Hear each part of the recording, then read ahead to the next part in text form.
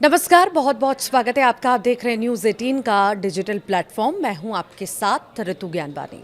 इस वक्त पूरी दुनिया की नज़रें ईरान पर टिकी हैं। एक ऐसा देश जिसने अपने सबसे शक्तिशाली नेता अयातुल्ला अली खामेनेई को हाल ही में खो दिया। 4 जुलाई से 9 जुलाई तक ईरान और इराक में एक ऐतिहासिक 6 दिनों का राजकीय जनाजा निकाला जा रहा है। करोड़ों लोग सड़कों पर हैं, लेकिन इस बीच एक ऐसी खबर आई जिसने सबको चौंका दिया है।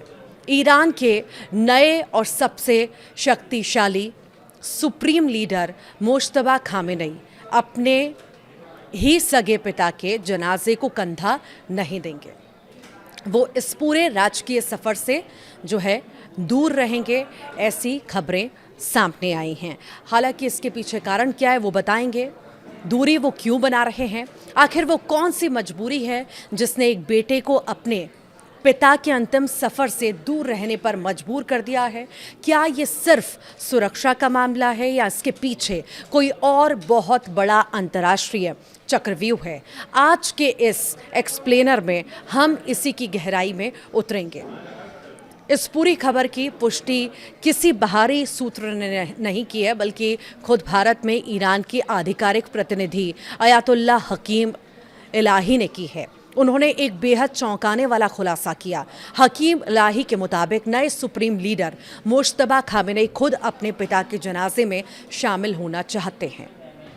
वो जनता और अपने समर्थकों के बीच जाने के लिए बेहद उत्सुक भी हैं, लेकिन ईरान की टॉप इंटेलिजेंस और सुरक्षा एजेंसियों ने इस पर वीटो लगा दिया है।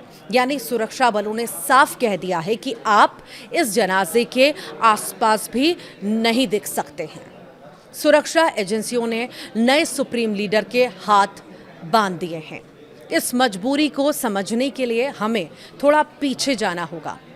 इसी साल 28 फरवरी 2026 को अमेरिका और इजराइल के विनाशकारी हवाई हमलों में पूर्व supreme leader Ayatollah Ali Khamenei की मौत हो गई थी।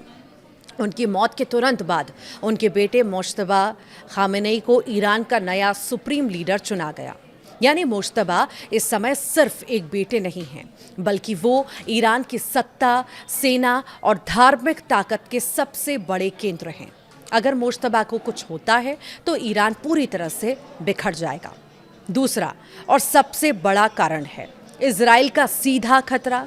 अली खामेनेई की मौत के बाद इजराइल के रक्षा मंत्री ने खुलेआम बयान दिया था कि मुश्तबा खामेनेई भी उनके निशाने पर हैं और इसे एक तरह से मुश्तबा के खिलाफ इजराइल का डेथ वारंट माना जा रहा है।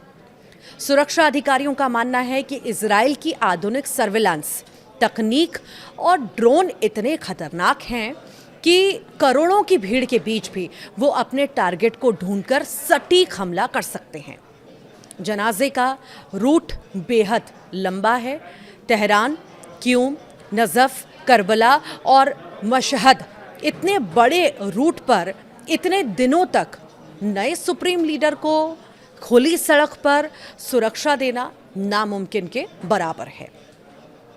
ये जनाजा कोई आम जनता नहीं है। ये 4 जुलाई से शुरू होकर 9 जुलाई 2026 तक चलने वाला एक विशाल राजकीय और धार्मिक आयोजन है। ये ईरान से लेकर इराक के सबसे पवित्र शिया शहरों से गुजरेगा।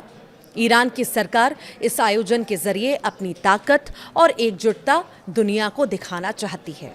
लेकिन विडंबना आप देखिए, जिस अयातुल्ला अली खामेनेई ने दशकों तक ईरान पर राज किया, उनका यह आखिरी सफ़र उनके अपने बेटे की मौजूदगी के बिना अधूरा रहेगा। मुश्तबा खामेनेई को एक बंकर या किसी गुप्त सुरक्षित स्थान से अपने पिता के जनाजे को टीवी स्क्रीन पर देखना होगा।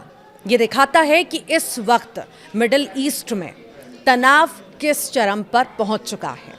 एक बेटा अपने पिता को आखिरी विदाई देना चाहता है, लेकिन एक देश का राष्ट्राध्यक्ष होने के नाते उसकी जान पर मंडराता खतरा पूरे देश को युद्ध की आग में झोंक सकता है। इसी मजबूरी के कारण मुश्तबा खामेनेई इस जनाजे से दूर रहेंगे। ईरान का ये संकट आने वाले दिनों में क्या मोड़ लेगा? क्या इजराइल इस जनाजे के दौरान भी कोई बड़ा कदम उठाएगा?